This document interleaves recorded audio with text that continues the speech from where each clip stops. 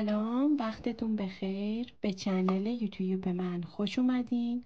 امروز میخوام که بهتون آموزش این هندوانه رو به صورت مرحله به مرحله بهتون یاد بدم و اینکه میخوام که تا انتهای ویدیو با من همراه باشین. برای شروع ما به یک ریسه کریستال قرمز احتیاج داریم. همونطور که میبینید یک ریسه کریستال سبز رنگ که من اینجا الان سبز تیره رو انتخاب کردم و کریستال شیشه‌ای یا سفید. حالا به سلیقه خودتون میتونید حالا شیشه‌ای انتخاب کنید یا سفید.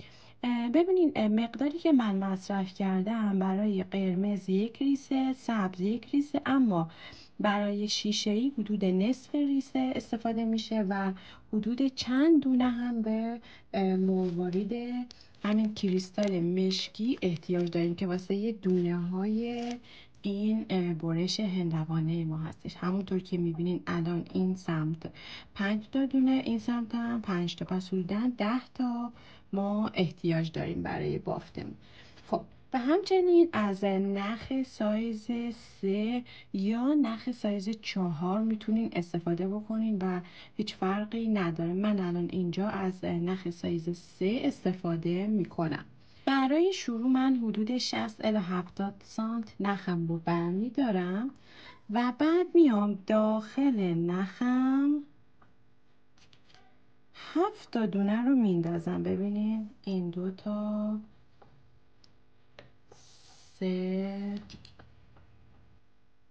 4،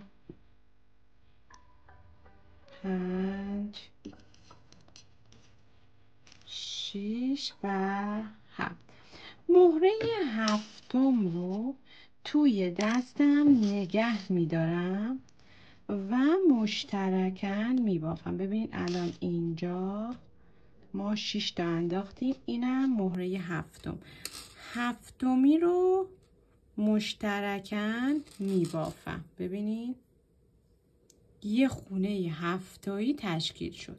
حالا داخل یکی از نخها، من داخل این نخم 3 تا مروارید سبز میندازم. 1، 2 و 3. پس داخلش 3 تا انداختم. سومی رو مشترکاً میبافم بدین شکل. یه خونه 4 تایی بافته شد. حالا این نخم رو از توی مهره بغلی عبورش میدم. ببینید بدین شکل. پس الان اینجا ببینید عبور دادم. حالا داخل این نخم 2 تا دونه کریستال سبز میندازم. دومی رو مشترکاً میبافم بدین شکل. یه خونه 4 تایی دیگه بافته شد. حالا داخل این نخم 3 تا کریستال میندازم. 3 تا کریستال سبز. سومی رو مشترکاً میبافم. ببینید پس داخل این نخ 3 تا انداختم. سومی رو مشترکاً میبافم بدین شکل.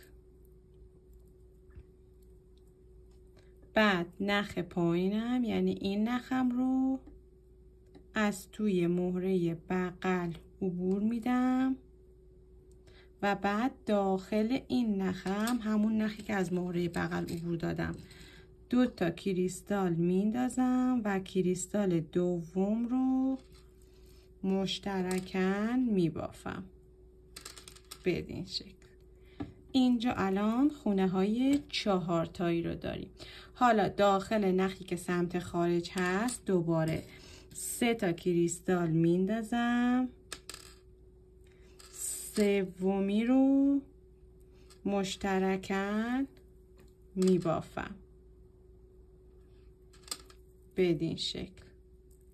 باز نخ پایینم رو یعنی این نخم رو از مهره بغلی عبور میدم، داخل همین نخ 2 تا میندازم و دومی رو مشترکاً میبافم. این کار رو من انجام میدم تا 8 تا از این 4 تایی ها بافته بشه، یعنی 8 ردیف. الان اینجا ببینید 1 ردیف، 2 ردیف، 3 ردیف. ما باید ببافیم تا 8 ردیف بافته بشه. میبافم و بعد میام ادامه رو بهتون میگم. خب من قبل از اینکه این 8 خونه رو 8 ردیف رو ببافم نخم کوتاه شد. چیکار کنم؟ کافیه که نخم رو بیام از توی مهره های اطراف ردش کنم و بعد نخ جدیدم رو دقیقاً از همون نقطه‌ای که نخ من تموم شده بود شروع کنم. ببینید الان اینجا نخم رو از توی مهره های اطراف عبور میدم و بعد تا نخ جدید بردارم. این کار باعث محکم شدن این هندونه ما هم میشه و کار ما رو تمیزتر میکنه. پس ببینین من الان عبورش میدم تا نخم کوچیک بشه و بعد اضافه اون نخ رو میچینم.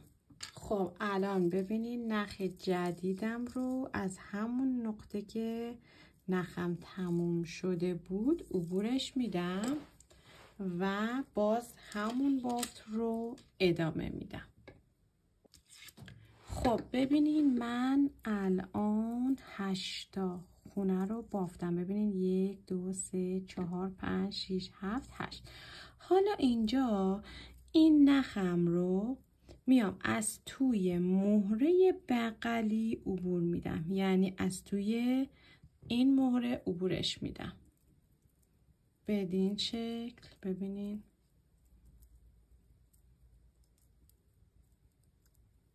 خب و الان میشه همچین حالتی. حالا داخل این نخم میام 5 تا مهره سبز میندازم. چرا 5 تا؟ چون قراره که اینجا که 7 تایی داشتیم این سمت هم 7 تایی داشته باشیم. پس ببینید من الان اینجا 4 تا انداختم، 5می رو توی دستم نگه میدارم و مشترکاً میبافم. پس ببینید اینجا الان ما 5 تا دونه رو داریم، 5می رو مشترکاً میبافیم و ببینید الان اینجا یه خونه 7 تایی دیگر رو داریم بدین شکل. حالا داخل این نخم یه دونه شیشه‌ای، یه دونه قرمز، یه دونه شیشه‌ای میندازم بدین شکل. ببینید بدین شکل. حالا این شیشه‌ای رو میارم بالا و با اون یکی نخم مشترکاً میبافم. ببینید بدین شکل. بعد این نخم رو میام از توی مهره بغلی عبورش میدم، یعنی از توی این مهره عبورش میدم بدین شکل. خوب نختون رو توی همه مراحل بکشین. خب حالا بعد میام داخل این یکی نخم یه دونه قرمز، یه دونه شیشه‌ای میندازم. پس ببینید داخل این نخ بدین شکل این دوتا رو انداختم. حالا شیشه‌ای رو مشترکاً میبافم بدین شکل. دوباره نخ پایین رو از مهره بغل عبور میدم داخل نخ بالا یه دونه قرمز، یه دونه شیشه‌ای میندازم. پس ببینید داخل نخ بالا باز به همین ترتیب و شیشه‌ای رو مشترکاً میبافم. این کار رو ما قراره که تا انتها ادامه بدیم، یعنی هر دفعه نخ پایین رو از مهره بغل عبور میدیم، داخل نخ بالا اول قرمز و بعد شیشه‌ای میندازیم و شیشه‌ای رو مشترکاً میبافیم. خب من این کار رو تا انتها ادامه میدم و بعد میام براتون توضیح میدم. خب همونطور که میبینین من بافتم. حالا دوباره مثل قبل ببینید اینجا که رسیدیم به اینجا، باز نخم رو از مهره بغلی عبور میدم که میشه این خونه. ببینید این خونه و داخل نخ بالام یه دونه قرمز، یه دونه کریستالی میندازم و میبافم. ببینید بدین شکل. دوباره یک بار دیگه نخم رو از مهره بغلی عبور میدم، داخل نخ بالا یه دونه قرمز و یه دونه کریستالی میندازم و میبافم. بدین شکل. حالا که این کارو کردم، الان داخل این نخم حالا میام دو تا قرمز و بعد یه دونه سبز میندازم. ببینید بدین شکل. حالا اون نخم رو میام از توی این دوتا عبور میدم، یعنی یه دونه قرمز و یه دونه سبز و اینجا چنین چیزی تشکیل میشه. خب حالا باید بیام ببینید اینجا الان داخل نخ بالا الان میام یه دونه قرمز، یه دونه شیشه‌ای میندازم و شیشه‌ای رو مشترکاً میبافم و الان این خونه تشکیل شد.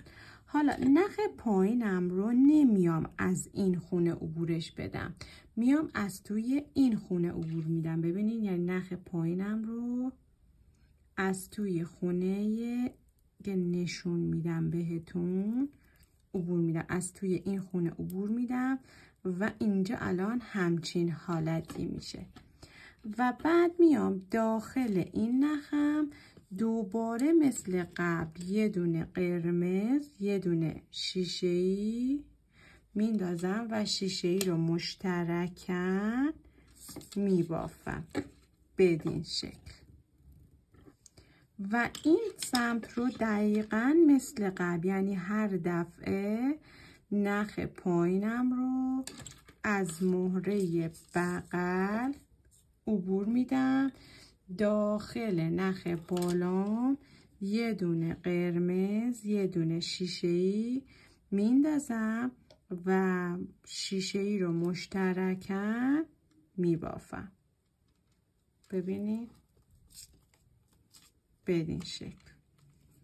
همین روند رو من ادامه میدم. باز ببینید نخ پایین از مهره بغل عبور میدم، داخل نخ بالا یه دونه قرمز، یه دونه شیشه‌ای و این کار رو من تا انتها ادامه میدم و بعد میام ادامهش رو بهتون میگم. اگر تا اینجای ویدیو از آموزش راضی بودین لایک یادتون نره. خب ببینید من الان اینجا تا این قسمت ببینید بافتم دقیقاً مثل قبل. حالا اینجا ببینید یادتونه اینجا چی کار کردیم؟ باید مثل همون رو تکرار کنیم. اول از همه ببینید نخم رو از توی این مهره عبور میدم، داخل نخ بالا یه دونه قرمز، یه دونه شیشه‌ای میندازم و شیشه‌ای رو مشترکاً میبافم بدین شکل. باز دوباره تکرار میکنم، نخ پایین از مهره بغل عبور میدم، داخل نخ بالا یه قرمز و یه دونه شیشه‌ای میندازم و میبافم بدین شکل. حالا داخل این نخم مثل قبل 2 تا قرمز، این یه دونه، این 2 تا و بعد یه دونه سبز میندازم. پس ببینین شد این و بعد این 2 تا رو توی دستم نگه میدارم و نخم رو از توی هر دوشون عبور میدم و میبافم بدین شکل.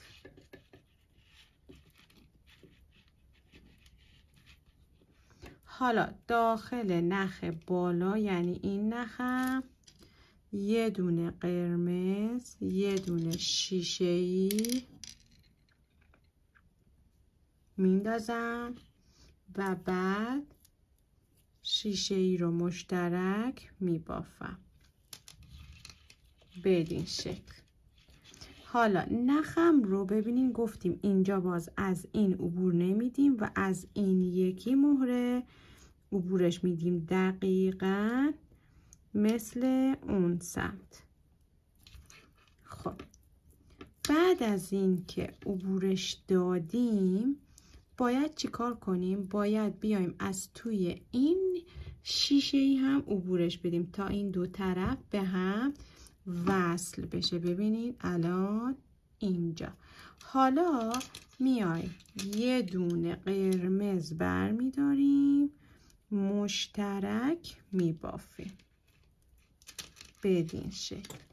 ببینید الان دو سمت این هندوانه ما بدین شکل شد. خب حالا ببینین این نخی که این سمت هست رو میایم از توی مهره کنار خودش عبور میدیم، یعنی از توی این مهره و الان نخ ما باید از توی این دوتا عبور پیدا کرده باشه. بعد میایم داخل این نخ 3 تا مهره قرمز میندازیم. ببینید 1 2 و 3 تا. ببینید 3 تا میندازیم، سومی رو مشترکاً میبافیم و اینجا الان یه خونه 5 تایی تشکیل شد. حالا این نخ رو میایم از توی 2 تا مهره بغل عبور میدیم. ببینید این یه دونه، این 2 تا دونه بدین شکل. خب حالا داخل این نخ بالا میام یه دونه مشکی، یه دونه مشکی و 2 تا قرمز میندازم. پس یه دونه مشکی 2 تا قرمز میندازم و قرمز آخری رو مشترکاً میبافم بدین شکل. الان اینجا داریم دیگه دونه هندونه رو هم میبافیم. باز دوباره نخم رو از توی 2 تا مهره بغل عبور میدم. داخل نخمون یه دونه مشکی، یه دونه قرمز میندازیم و بعد با این قرمزمون رو مشترکاً میبافیم بدین شکل. حالا دوباره نخ پایین رو از توی 2 تا مهره بغل عبورش میدیم. ببینید این اولی، این دوم. پس از توی این 2 تا عبور میدیم. بعد داخل نخ بالا 2 تا قرمز میندازیم و مهره دوم رو مشترکاً میبافیم بدین شکل. حالا باز دوباره نخمون رو از توی 2 تا مهره بغل عبور میدیم. این اولی، اینم دومی. و بعد ببینید بدین شکل. و بعد داخل نخ بالا یه دونه مشکی و یه دونه قرمز میندازیم و قرمز رو مشترکاً میبافیم. اینجا بازی خونه یه دیگه بافته شد. حالا دوباره نخ پایین رو از توی 2 تا مهره بغل عبورش میدیم. داخل نخ بالا یه دونه قرمز، یه دونه مشکی، یه دونه قرمز میندازیم و بعد قرمز رو مشترکاً میبافیم بدین شکل و محکم میکشیم. ببینید. حالا دوباره نخ پایینم رو از توی 2 تا مهره بغل عبور میدم. ببینید این و این یکی. از توی این 2 تا عبورش میدم و بعد داخل نخ بالا 2 تا قرمز میندازم و مشترکاً میبافم. ببینید قرمز دومی رو مشترکاً بافتم و اینجا بازی خونه دیگه تشکیل میشه. حالا باز باید بیام نخم رو از توی این 2 تا مهره عبورش بدم. پس ببینید این اولی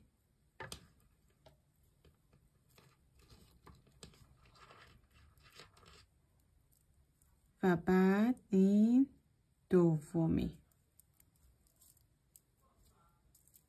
ببینید نخم رو از توی این 2 تا عبور دادم و محکم میکشم. حالا داخل این نخم ببینید الان اومدیم این سمت. داخل این نخم باز 2 تا قرمز میندازم و قرمز دوم رو مشترکاً میبافم بدین شکل.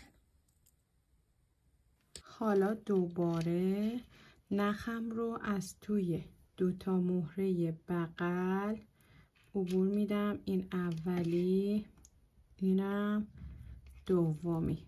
پس ببین از توی این 2 تا عبور میدم. داخل این نخ بالا یه دونه مشکی و 2 تا قرمز میندازم. ببینید بدین شکل. پس شد یه دونه مشکی و 2 تا قرمز و قرمزم رو مشترکاً میبافم بدین شکل. حالا دوباره نخم رو از توی 2 تا مهره بغل عبور میدم بدین شکل و داخل این نخم یه دونه مشکی و یه دونه قرمز میندازم و قرمزم رو مشترکاً میبافم بدین شکل.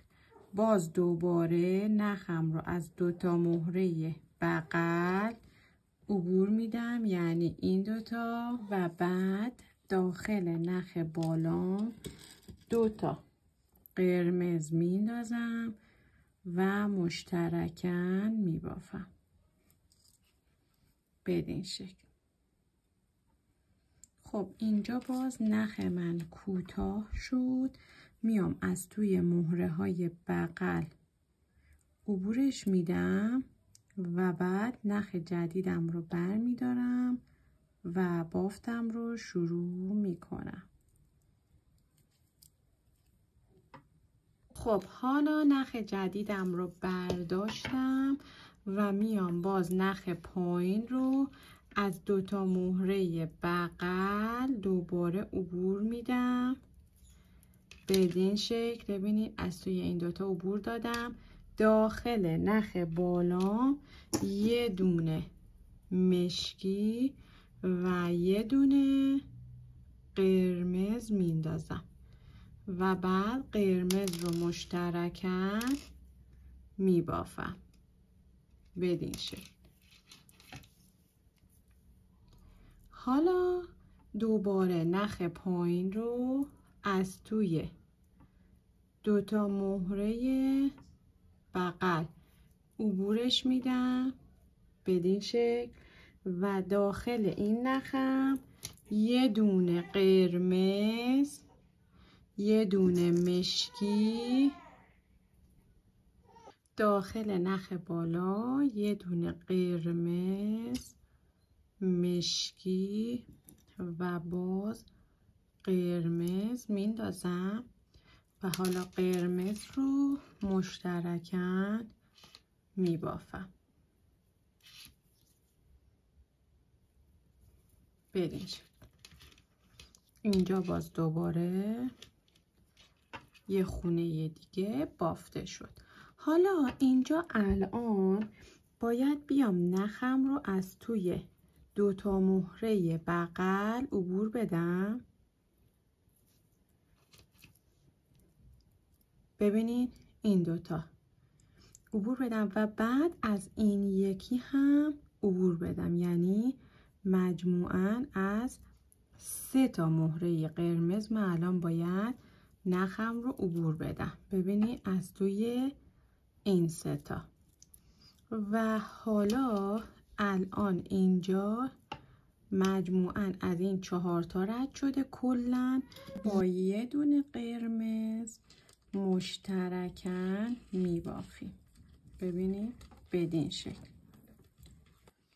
حالا باید نخم رو از توی مهره مشکی بغل عبورش بدم و داخل همین نخی که از مهره مشکی عبور دادم باید 2 تا قرمز بندازم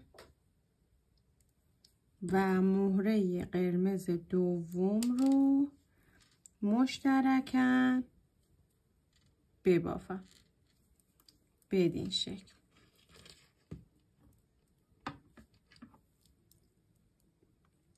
حالا باید بیام ببینید اینجا الان اینو داریم.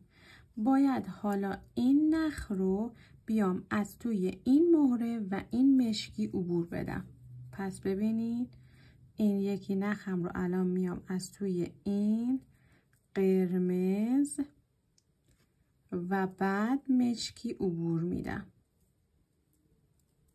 این قرمز و این مشکی عبور میدم، میارم این سمت. ببینید پس ما اینجا رو الان بافتیم.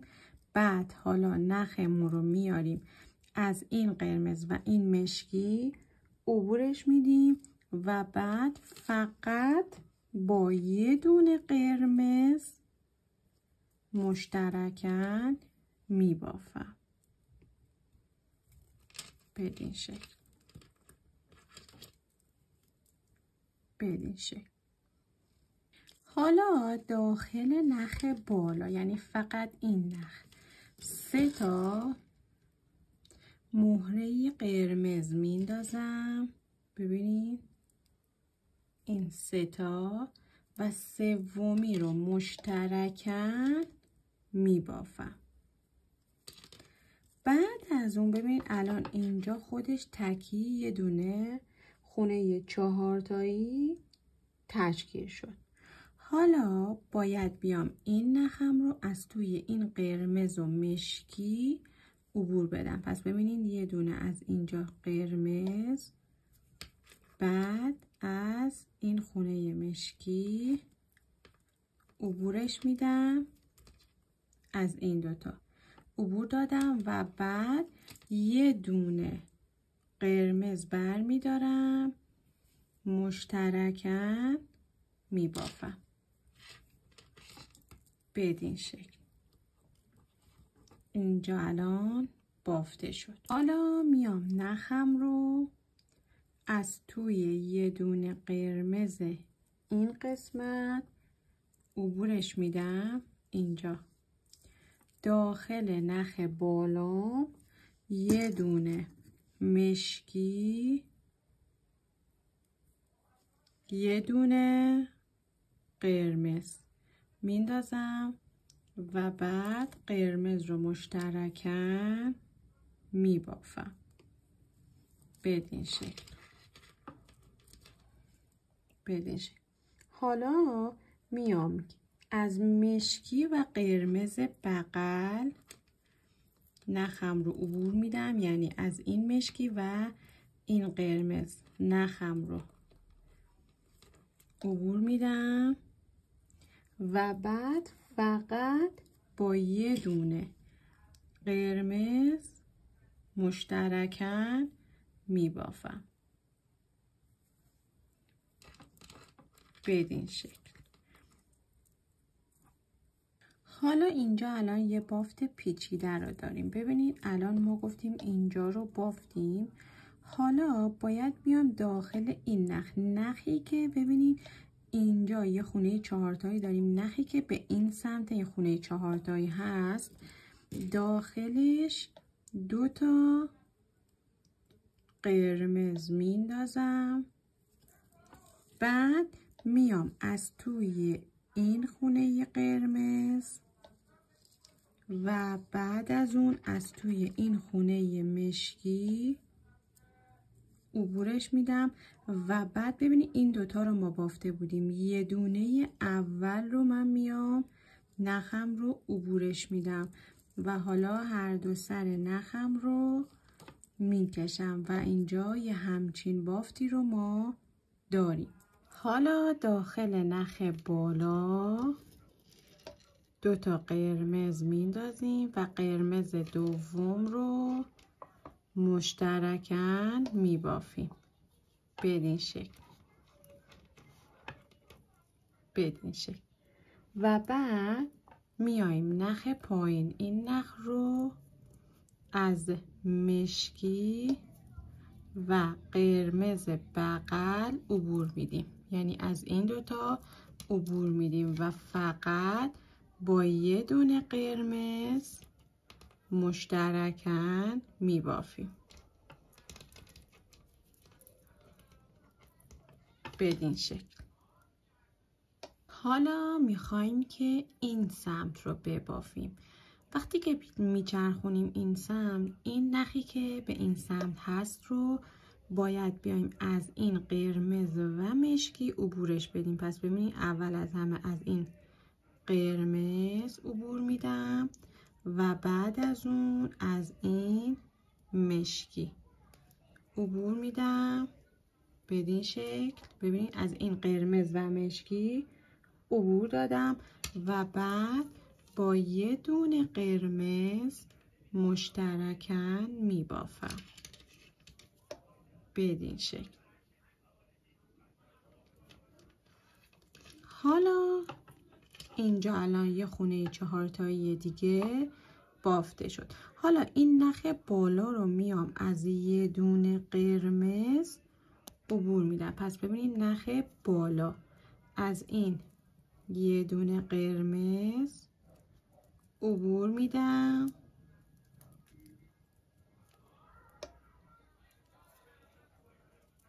بدین شکل. نخ بالا از یه دونه قرمز عبور دادم. حالا میام داخل همین نخ بالا 2 تا قرمز میندازم و مشترکاً میبافم بدین شکل.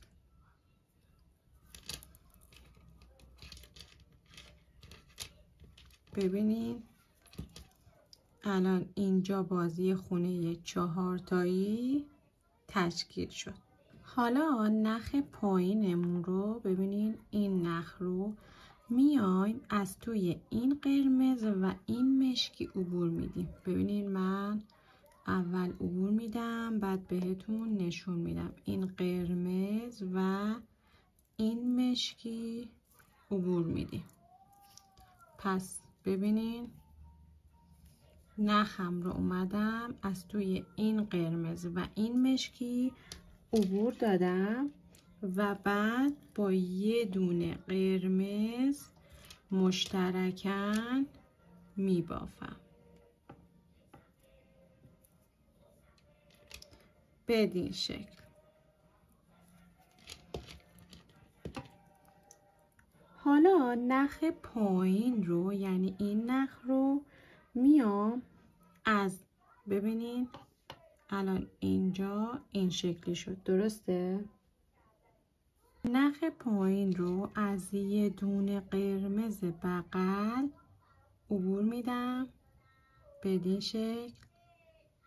ببینین از این یه دونه عبور دادم، داخل نخ بالام میام یه دونه مشکی یه دونه قرمز میندازم و قرمز رو مشترکاً میبافم بدین شکل. الان ما رسیدیم به این قسمت. حالا نخم رو میام از این مشکی و قرمز عبور میدم. پس ببینید نخم رو از این مشکی و این قرمز عبور میدم. ببینید از این مشکی و این قرمز عبور میدم و بعد فقط با یه دونه قرمز مشترکاً میبافم بدین شکل. حالا رسیدیم به اینجا. اینجا ببینید نخم رو میام از توی این دوتا قرمز عبور میدم. این اولی، اینم دومی. بدین شکل از این دوتا عبورش میدم. حالا با یه دونه قرمز مشترکاً میبافم بدین شکل. ببینید و الان همه قسمت ها بافته شد. حالا کافیه که این نخم رو هم بیام از توی این خونه این سمت عبورش بدم و کلا نخم رو از توی مهره ها عبور میدم تا کارم هم محکم بشه و همین که یه کار تمیز داشته باشم. پس ببینین میام از توی مهره ها نخم رو عبور میدم تا کارم محکم و تمیز در بیاد. و الان هندونه ما بافته شده. اینجا دو سر نخم رو دو تا گره هم زدم که کار کاملا محکم بشه و خیالم راحت بشه که دیگه از هم دیگه باز نمیشه. خب اینم از نتیجه کار که میبینیم من با دو تا قرمز متفاوت بافتم. برای اینکه ما همچین آویزهایی رو داشته باشیم ببینید کافیه که اول از همه یه تیکه زنجیر رو برمیدارین با ابزار مخصوص به خودش وصلش میکنین به این مدبر و برای اینکه اینا رو اتصال بدیم فقط کافیه از این عصایی ها داشته باشیم. داخل این عصایی ها رو ببینین بدین شکل مهره رو میندازم و بعد از اون با استفاده از این ابزار با استفاده از چنین ابزاری میام کوتاهش میکنم چون خیلی بلنده و بعد این حالت حلقه‌ای بهش میدم و این حلقه رو به این زنجیر میندازم و بعد محکم میکنم که این خودش میتونه نمای کار شما رو قشنگ کنه. اگر که از این ویدیو خوشتون اومد با لایک و سابسکرایب کردن میتونین ازم حمایت کنین تا آموزش های رایگان دیگه ای رو براتون بذارم.